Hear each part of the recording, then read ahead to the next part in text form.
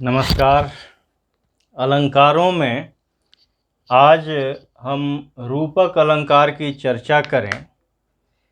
रूपक अलंकार अर्थालंकारों में अत्यंत महत्वपूर्ण अलंकार है और इसकी परिभाषा यह है कि जहाँ उपमेय के ऊपर उपमान का आरोप हो वहाँ रूपक अलंकार होता है। रूपक अलंकार में कोई वाचक शब्द नहीं होता। उपमेय यानी जो प्रस्तुत है उसके ऊपर उपमान यानी जो अप्रस्तुत है उसका आरोप होगा। जैसे चरण, कमल,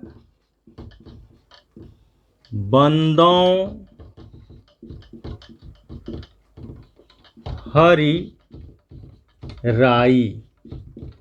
अब यहाँ इस चरण के ऊपर कमल का आरोप है। चरण प्रस्तुत है और कमल अप्रस्तुत है।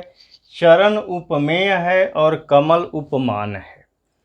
ये जो रूपक अलंकार है यह 3 प्रकार का होता है और एक को कहते हैं सांग रूपक, दूसरा है निरंग रूपक और तीसरा है परंपरित रूपक। अब यह जो पहला है सांग रूपक, यह सांग रूपक क्या है? तो सांग 2 शब्दों के मेल से बना है। सधन अंग यानी अंगों के साथ। किसके अंगों के साथ? तो जो उपमान होगा वह अंगों के साथ उपमेय के ऊपर आरोपित होगा। यानी उपमेय के जितने अंग होंगे उन अंगों के ऊपर उपमान के अंगों का आरोप होगा तो उसे कहेंगे सांग रूपक अलंकार। अब उदाहरण से इसको समझें। एक उदाहरण है उदित, उदय, गिरि, मंच पर रघुबर बाल पतंग विकसय संत सरोज सब हर्षय लोचन भृंग। अब यहाँ उस समय का वर्णन है जब राम धनुष को तोड़ने के लिए उस मंच पर पहुँचे हुए हैं।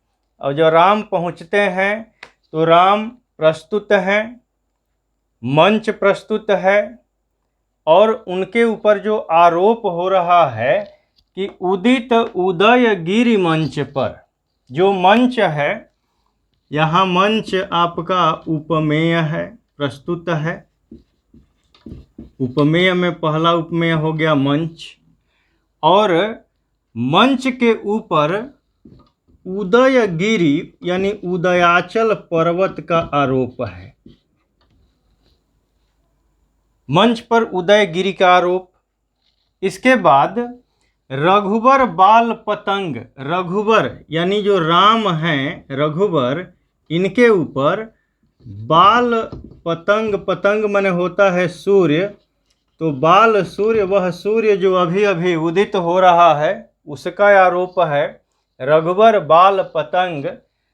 फिर विकसय संत सरोज सब।